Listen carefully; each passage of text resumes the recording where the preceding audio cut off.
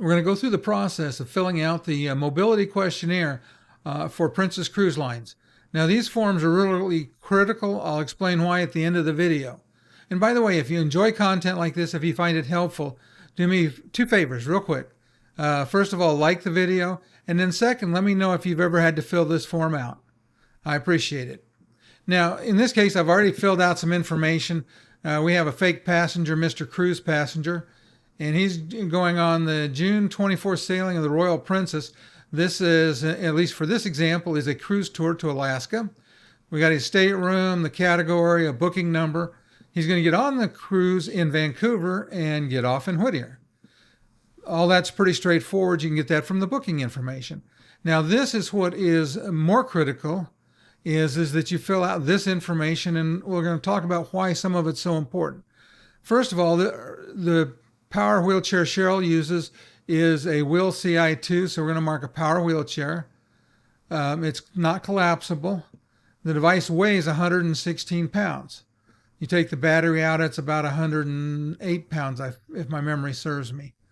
But it is light enough that you can gate check it, which makes it very nice. And you'll need that for the gate check information.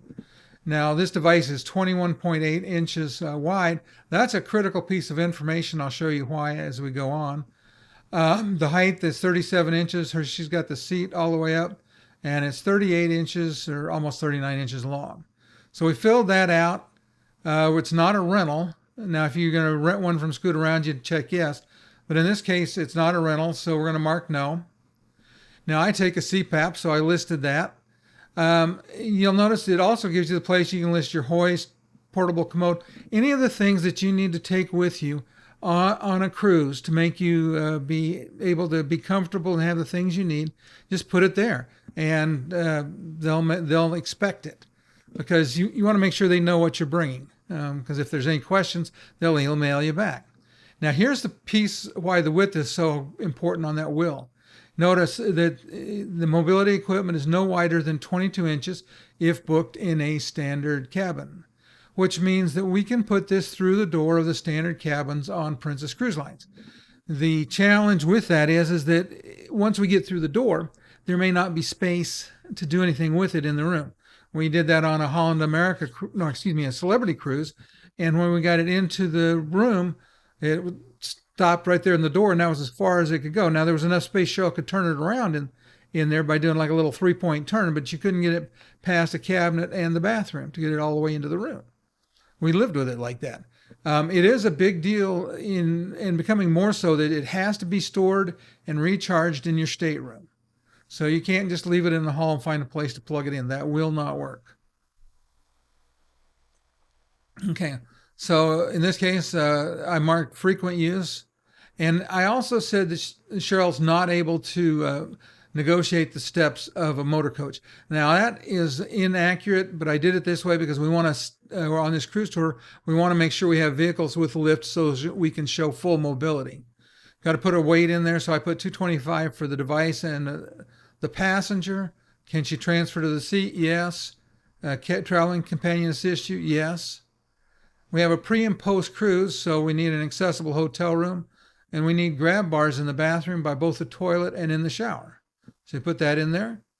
And then if you're booked on a cruise tour, you got to mark these. We do have to have either a ground floor lodge room or an elevator, and we need an accessible lodge room. So that gives you all the information there. Then you have to send it back. You just email it back to Princess Cruise Lines. And there's the information. It's all on the form.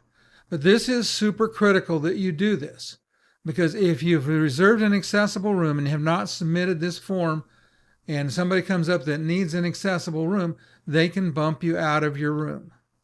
So you really want to make sure you get this turned in. And my suggestion is with this form, is that you go ahead and save it and keep a copy with you, because you'll have all the information you need for all of the cruise lines mobility forms, just about. I think that it'll probably have everything you need, but it's possible it doesn't. But anyways, if you keep it, then you can find a lot of answers really quick and easy. And I'm going to do that with this one because I never remember to do it usually. So I'm going to put it where I can find it, and then I don't have to go look up things. Anyway, and by the way, if you have to look up things, what I did was I went to Will's site and got the specifications on the device because it's in the frequently asked questions. And I found it there by just Googling it. It's not that hard. Anyway, thanks for joining me for the video today. I hope you found it helpful. And do me a favor, again, if you did, hit the like button. And if you're not subscribed to the channel, I really appreciate it when you do. We'll see everybody in the next video.